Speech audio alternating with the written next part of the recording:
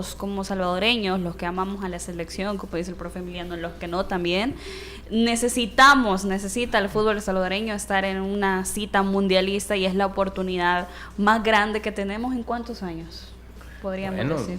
Sí, desde el 82. Desde el 82. Desde el ¿no? 82. Bueno, incluso en esas justas mundialistas la clasificación no era tan accesible. A ver, entiéndase, accesible desde el punto de vista de que las plazas son más. Hay un mayor número de plazas, considerando que los 3 grandes favoritos ya están clasificados, ¿no? Entonces yo creo que es la eliminatoria, yo no podría ponerle desde cuándo, sino que la más, entre comillas, accesible de la historia en CONCACAF. Hay personas con las que he platicado, he tenido la oportunidad de hacerlo en cuanto a este tema de la selección y me dicen, ¿tiene que dar a conocer necesariamente el profesor Hugo Pérez su plan de trabajo? Yo estoy de acuerdo, que para mí sí, porque sobre todo en el último año, ¿no?, que él tuvo altibajos, digamos, en el rendimiento de la selección, empezó muy bien, y después, a pesar de haber mantenido un estilo y una línea de juego similar a la que empezó, los resultados no fueron tan buenos y el discurso no fue tan bueno, porque pasamos de tener un montón de repatriar jugadores con sangre salvadoreña a que termina jugando con el 85-90% de jugadores de una liga nacional en la cual él criticó fuertemente, y está en lo cierto, porque nosotros también la criticamos.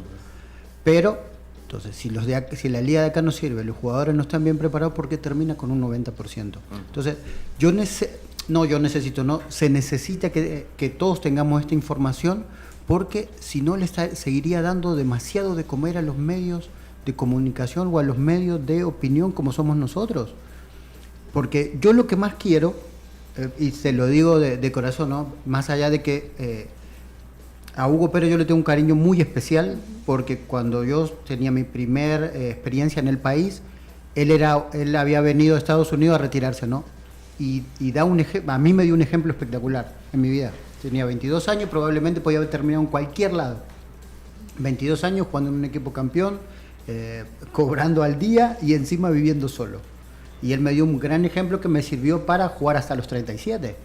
Mal o bien, los empujones, pero jugué hasta los 37 y gracias a Dios me sigue dando para estar dentro del fútbol. Y tiene que ver mucho con el ejemplo que él me dio en esa época, ¿no?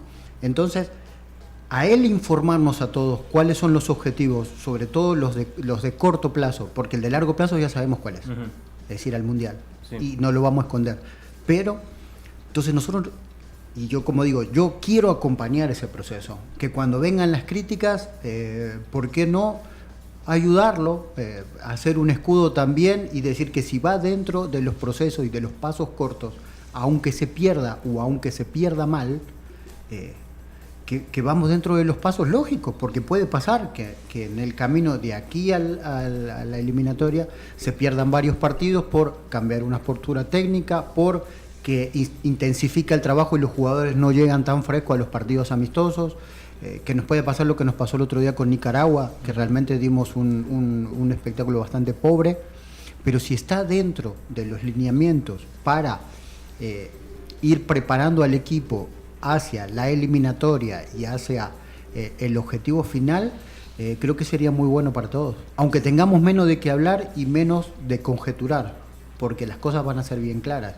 Pero la idea es eso, acompañar, hacer fuerza, apoyar, sobre todo cuando las cosas no salen, y que ellos tengan la tranquilidad de que pase lo que pase, pueden seguir trabajando tranquilo al objetivo. Eso sí, si no se llega al objetivo, obviamente hay que hacer un recuento de los daños y saber qué se hizo bien y qué se hizo mal en el camino.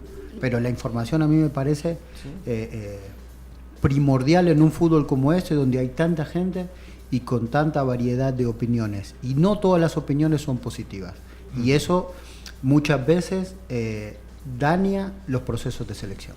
Profe Elmer, ¿cuál debe ser el inicio del plan de trabajo para el profesor Hugo Pérez? Usted mencionaba, yo me recuerdo ayer, en conjunto con la primera división, a ver, un diálogo, me imagino que presentar un proyecto y decirles, esta es mi calendarización, mi plan de trabajo, lo que quiero hacer con los jugadores. Sí, dentro de eso también regresar un poquito al tema de si debe de compartir o no el plan de trabajo, Tal vez no el plan como tal en su 100%, en el sentido de que hay cosas que posiblemente a la mayoría de los que estamos en los medios o al aficionado no le interesa, pues No porque hay muchas saber. situaciones. Pero sí creo yo que deberían de prepararse como resumen ejecutivo de acuerdo al interesado con el que se va a presentar la información. Una En el caso de versión los medios, comunicacional. exacto, en el caso la información que le interesa a los medios, por ejemplo, al aficionado, de tal forma que nos quede claro que hay líneas de trabajo. Claro. Y luego, sí, volviendo a lo que plantea Diana, con quienes sí hay que sentarse y hay que escucharlos, hay que tomarlos en cuenta para hacer los ajustes en ese plan de trabajo, es con las otras partes interesadas. En este caso, Primera División, posiblemente hayan, y creería yo que como han hecho, mencionaron visorías de Tercera División y Segunda, en ese sentido también hay que tomarlos en cuenta porque pueden proveer de insumos que posiblemente el entrenador en su momento no las tenga contemplado, le puedan generar algunas ideas que lleven a hacer esos ajustes en el plan de trabajo y lo conviertan en un instrumento más integral.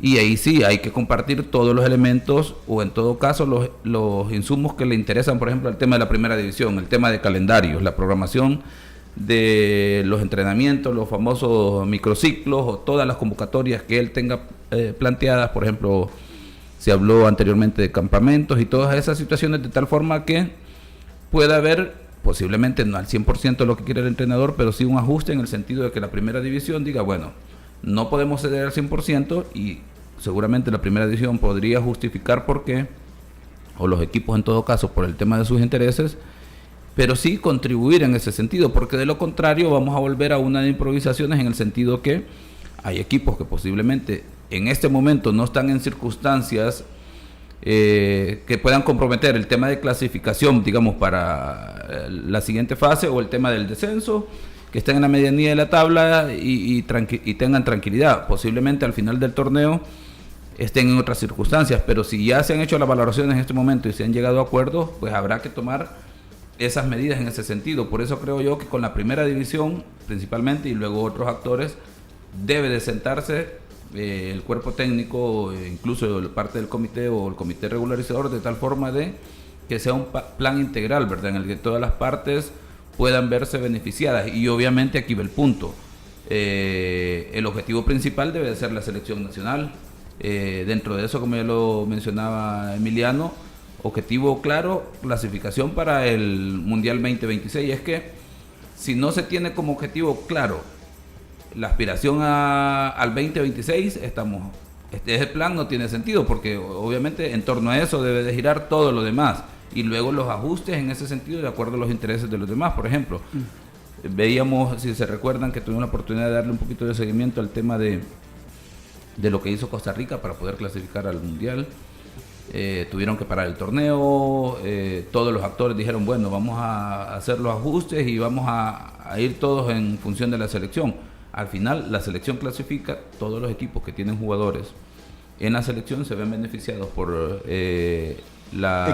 económicamente por lo que la FIFA otorga a cada uno de los clubes de acuerdo al número de jugadores que tiene y el número de días que participan, y luego la federación en términos de los premios o lo que recibe en términos de clasificación y participación en un mundial, y que seguro para Costa Rica ahora será mucho más fácil, ya con dinero en la bolsa, planificar el siguiente proceso.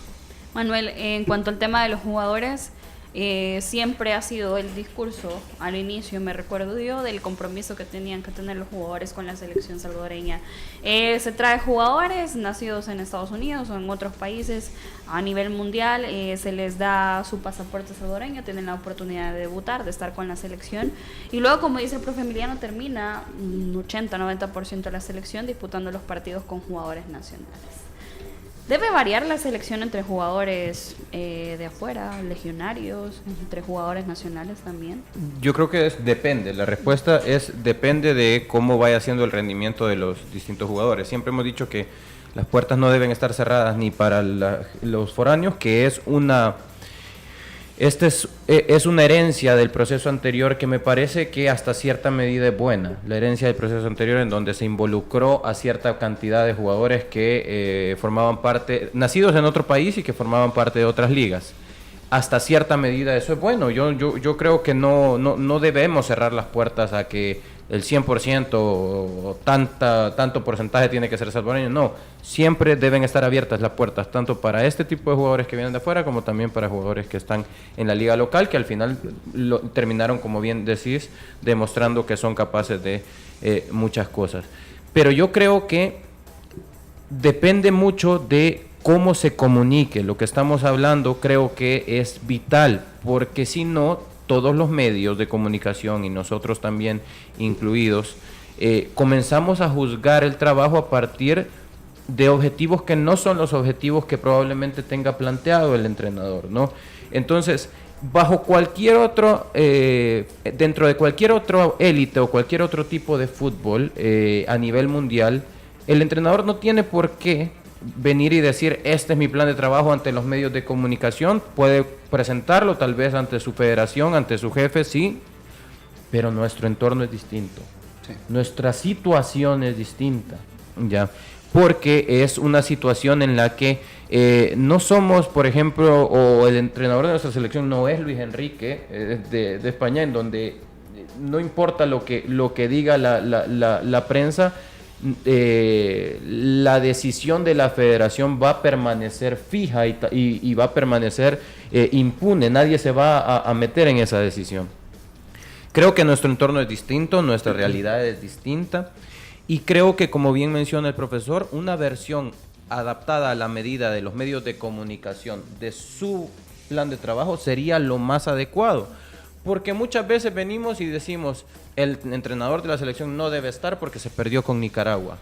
No estoy justificando que es válido perder con Nicaragua, porque deportivamente no te puede, y con el respeto de Nicaragua, no te puede ganar Nicaragua. Pero, ¿qué tal si antes de empezar el proceso viene y dice, ok, vamos a pasar por los primeros 3 meses en donde el scouting va a ser un scouting de tercera división, luego otros 3 meses de scouting de segunda división, luego otros 3 meses, estoy poniendo solo un ejemplo en el aire, no es que así deba ser, pero y las fechas FIFA que caigan dentro de esos 3 meses las voy a utilizar específicamente para eso. Entonces, a mí no me interesa el resultado en esto, no decirlo después en la conferencia de prensa, ¿no? Sino que previamente saber que, y ya los cómo, pues son otra cosa, ¿no? Ya los cómo, la cuestión más específica de cómo lo voy a desarrollar, pues eso es muy interno. Pero saber de manera macro cuáles son los objetivos y que esto al final, como bien dice el profesor, te lleve a un objetivo final que es la clasificación al Mundial. Pero saber de manera general que en esta fecha FIFA no vamos a esperar que convoque a a Alex Roldán, que lo esperábamos ver contra Nicaragua y horas antes del partido supimos que iba para el Mundial, por ejemplo. Entonces, son cosas que si nosotros sabemos desde un principio, no comenzamos a juzgar desde objetivos distintos a los que él tiene, ¿no? Y el mismo jugador, tu pregunta era enfocada en el jugador.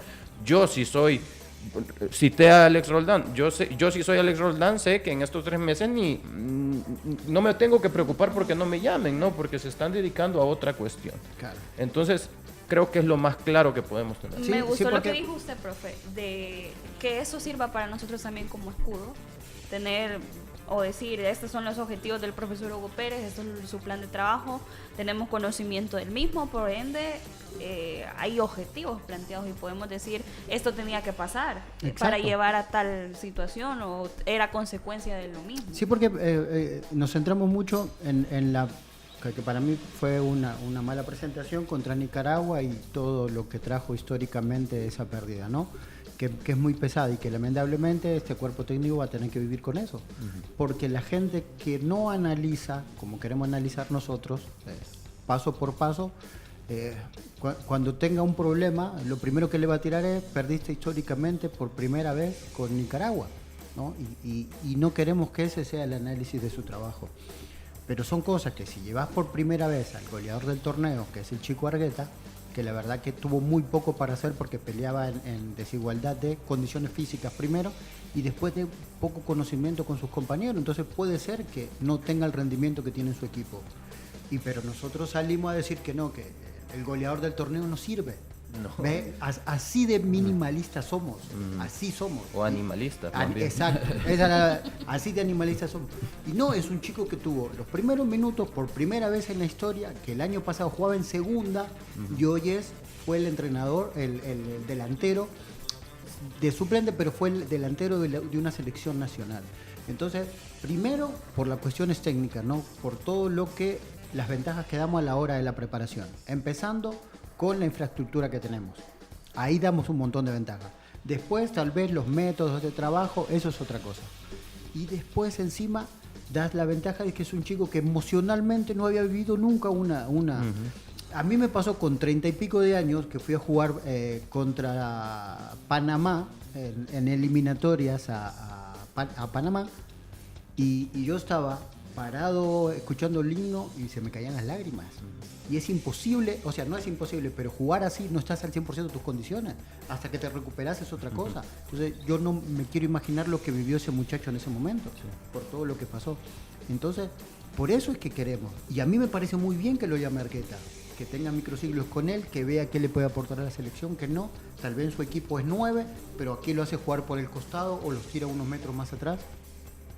Porque pasa, hoy el ejemplo es el campeón del mundo, ¿no? Hoy todos nos vamos a reflejar en el campeón del mundo. Julián Álvarez. Humildemente. No solo Julián Álvarez. Vos ves cómo termina jugando Argentina, ¿no? En los rendimientos.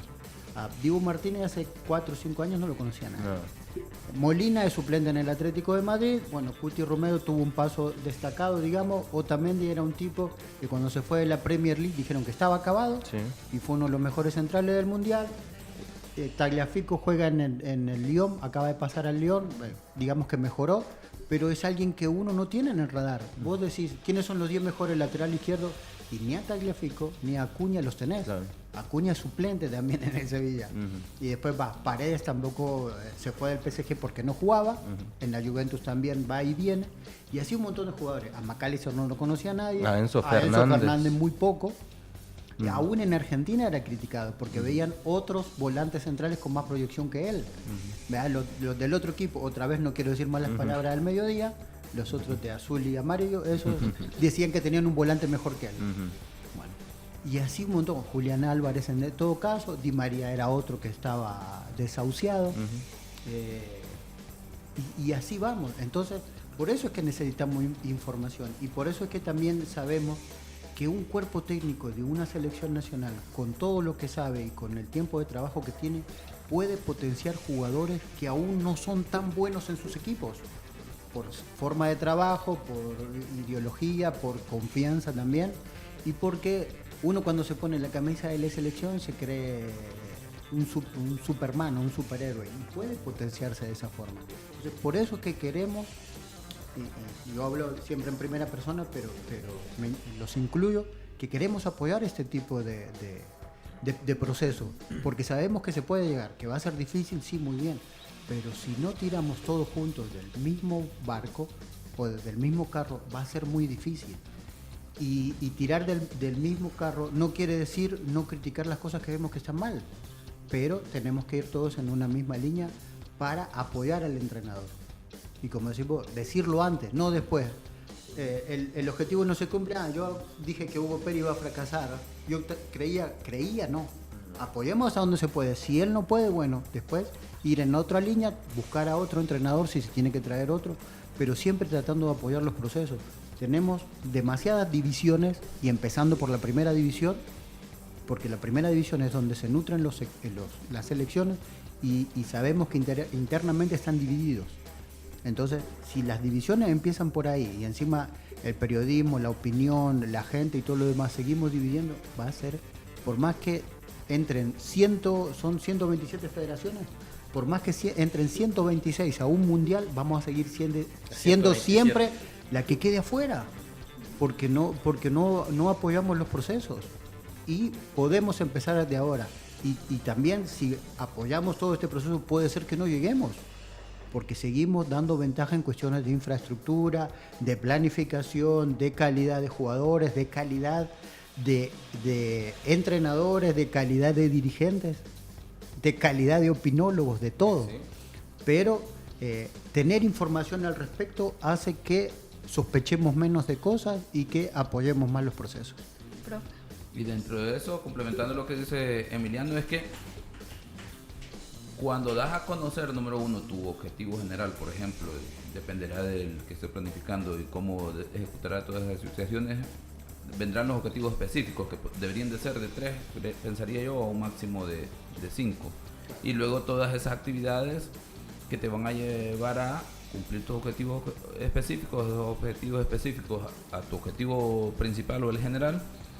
Y dentro de eso, pues obviamente te obliga a comprometerte con lo que has establecido inicialmente, no en el camino ir generando situaciones que nada que ver con lo planificado, porque obviamente, número uno, se demostrará que no hay coherencia, pues obviamente todos se darán cuenta que la planificación fue hecha más por un tema de compromiso, por una obligación y no verdaderamente porque se tienen las líneas claras, y eso, ¿verdad?, será muy importante en términos de selección nacional. Vamos a hacer la primera pausa. Al regresar vamos a hablar ahora de los equipos de la primera división que también de cara al clausura 2023 continúan con sus movimientos.